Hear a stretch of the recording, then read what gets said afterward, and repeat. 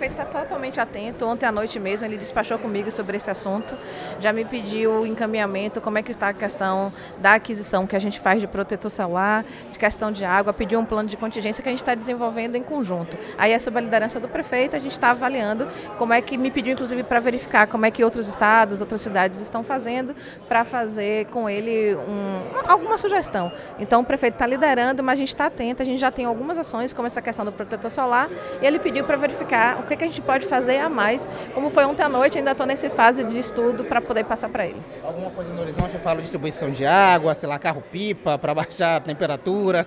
Não, hoje a gente não está nesse ambiente em Salvador que necessite.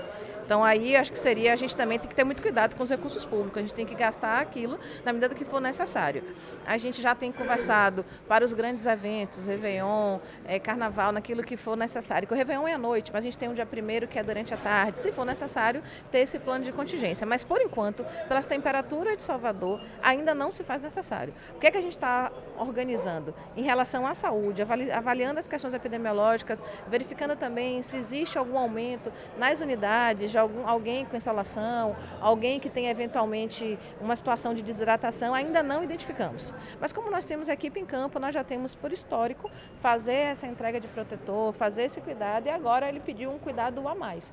Salvador ainda não chegou, então a gente está nessa questão prévia de organização, nossos índices ainda não são para tanto. Mas o prefeito está tão atento que ontem à noite já me cobrou sobre esse assunto. A distribuição de protetor solar, a gente está falando para servidores do município ou para a população de maneira geral? A gente faz isso normalmente para os servidores, para os nossos agentes que trabalham tanto com combate a endemias como agentes comunitários de saúde. Isso já é parte da nossa vigilância epidemiológica, mas ele me pediu para verificar, em sendo necessário, em algumas ações que a gente tem, como por exemplo, saúde nos bairros ou em alguns espaços que a gente perceber que tenha, naquele momento, aí tem que ser junto com a questão da defesa civil, uma questão de raios solares maiores ou de aumento da temperatura repentino, a gente já tem um plano de contingência, já está preparado. Então isso exige que eu já tenha no meu estoque uma estrutura, isso a gente já está fazendo, mas hoje, epidemiologicamente, ainda não tem essa necessidade. Salvador ainda não está, mas como a gente está vendo o que está acontecendo com os nossos vizinhos, a gente já se organiza, já se prepara. Então hoje é verificar o que a gente já tem, quais são, junto com a Defesa Civil, as perspectivas e já está preparado. Em sendo necessário, sim, a gente fazer para a população naquilo que couber, por exemplo, em algum momento que tenha uma concentração de pessoas. Senão, não faz sentido. A gente precisa gastar bem o recurso público.